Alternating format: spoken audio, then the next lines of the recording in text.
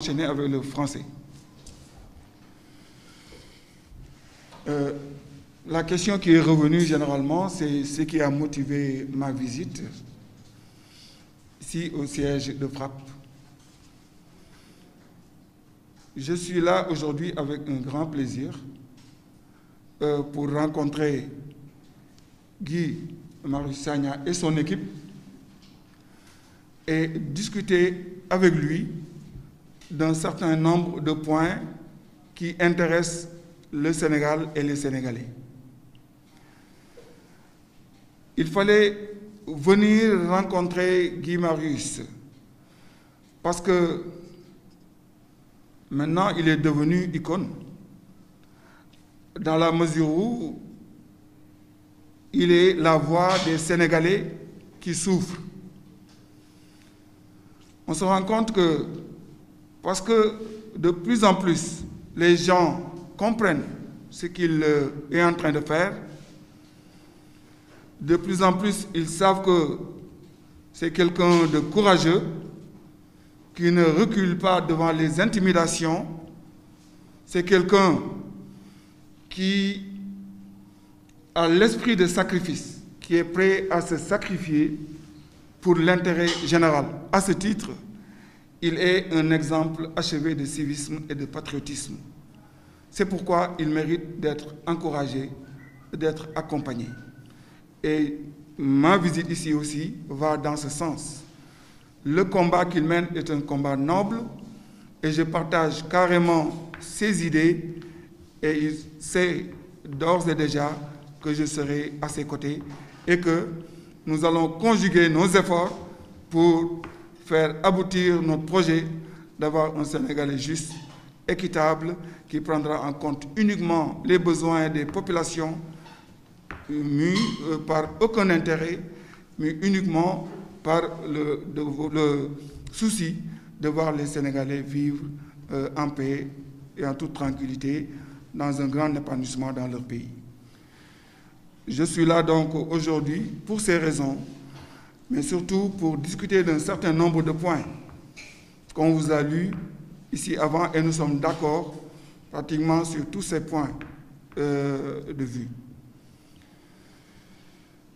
Je l'encourage en tout cas, je vous encourage à continuer en sachant que le chemin sera très difficile. Le chemin que nous empruntons ensemble sera très difficile, mais rien ne nous fera plier. Il faut avoir la foi. Quand on a la foi, quand on avance et quand le peuple aussi parvient à savoir que ce combat-là n'est pas pour des individus ou des individualités, mais ces individus sont en train de se sacrifier pour l'intérêt général, il faudrait aussi que cette population puisse adhérer au combat en sachant que c'est le seul combat qui vaille, parce qu'il y va de son avenir. Et ça, c'était la première question qui a été généralement posée par tout le monde. La deuxième question était relative aux inondations. La responsabilité des autorités. On m'a demandé sur l'autorité locale de Saint-Louis et ici le président de la République et le gouvernement. En parlant de l'autorité gouvernementale et même de l'autorité municipale, je peux dire que la gestion des inondations, globalement, a été un cuisant échec. Et cet échec découle tout simplement de l'incapacité de l'équipe en place à prendre les bonnes décisions, mais surtout à définir les priorités des Sénégalais et à vouloir alléger la souffrance des populations. Quoi, ce qui n'est pas leur préoccupation du moment, leur préoccupation étant leur intérêt particulier. Ils ont échoué dans la mesure où, malgré une importante somme qui a été dégagée, de 767 milliards, rien n'a été fait. En tout cas, les résultats sont là. On a vu le président nous dire qu'en 4 ans, le problème des inondations était derrière nous. Mais voilà donc une réponse que Dieu lui a donnée pour montrer à tout le monde, pour que tout le monde puisse ouvrir les yeux et savoir que rien n'a été fait. C'est pourquoi nous exigeons une clarification dans l'emploi de ces sous. Le peuple a le droit de savoir comment on a dépensé cet argent. Il y a aussi échec dans la mesure où